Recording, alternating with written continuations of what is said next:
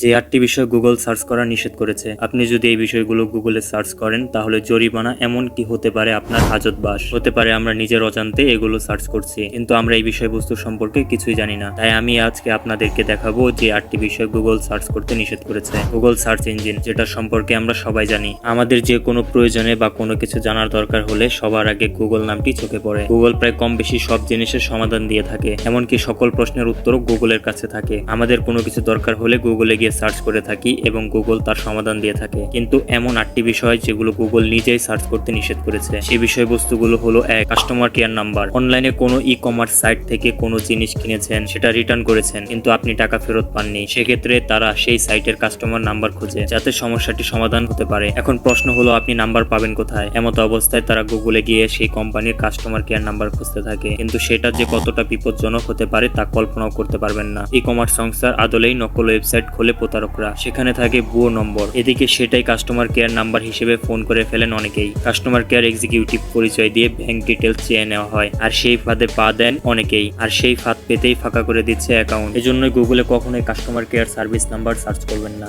Number 2, pornography. অনলাইনে child minor পর্নোগ্রাফির বিরুদ্ধে কড়া আইন আছে ভারতে, ফলে এই ধরনের ঘৃণ্য সার্চ অপরাধপ্রবণ মানসিকতা হিসেবে গণ্য করা হয়। আপনি যদি এই বিষয়বস্তু গুগলে সার্চ করেন তাহলে আপনার জরিমানার সাথে সাথে জেলও হতে পারে, তাই এসব কর্মকাণ্ড থেকে বিরত থাকুন। নাম্বার 3, ওষুধ ও চিকিৎসা। কখনো নিজেকে ডক্টর গুগল মনে করবেন না। এরকম অনেকেই আছে যাদের শরীর খারাপ হলে তারা গুগলে গিয়ে তার চিকিৎসা পরামর্শ গ্রহণ করে, এমনকি গুগলে সাজেস্ট করা ওষুধও খান অনেকেই। এটা করা একদম উচিত নয়। একটি সামান্য ঔষধ প্রেসক্রাইব করার পেছনে চিকিৎসকদের বছরের পর বছর পড়াশোনা ও অভিজ্ঞতা থাকে, তাই ব্যাপারটা এতটা সহজ নয় যতটা আপনি মনে করেন। তাই ডাক্তারের পরামর্শ ছাড়া গুগলে সাজেস্ট করা কোনো ওষুধ সেবন করবেন না। Number 4, banking. ব্যাংকের ওয়েবসাইট সবসময় সঠিক ইউআরএল টাইপ করে খোলাই ভালো। গুগলে সার্চ করে ব্যাংকের ওয়েবসাইট খোলা মোটেও নিরাপদ নয়। প্রতারকরা অনেক সময় ব্যাংকের ওয়েবসাইটে হুবহু প্রতিলিপির মতো একটি নকল ওয়েবসাইট বানিয়ে রাখে। সেখানে গিয়ে সমস্ত তথ্য দিয়ে লগ ইন করতে গেলেই তারা আইডি পাসওয়ার্ড পেয়ে যায়, তারপর অ্যাকাউন্ট থেকে সর্বস্ব হাতিয়ে নেয়। তাই এসব কাজ করা থেকে বিরত থাকুন। নাম্বার 5, যে কোনো সন্ত্রাসবাদী সংগঠনে যোগদানের পদ্ধতি। কোনো সন্ত্রাসবাদী সংগঠনের যোগদানের পদ্ধতি ভুলেও গুগলে সার্চ করবেন না।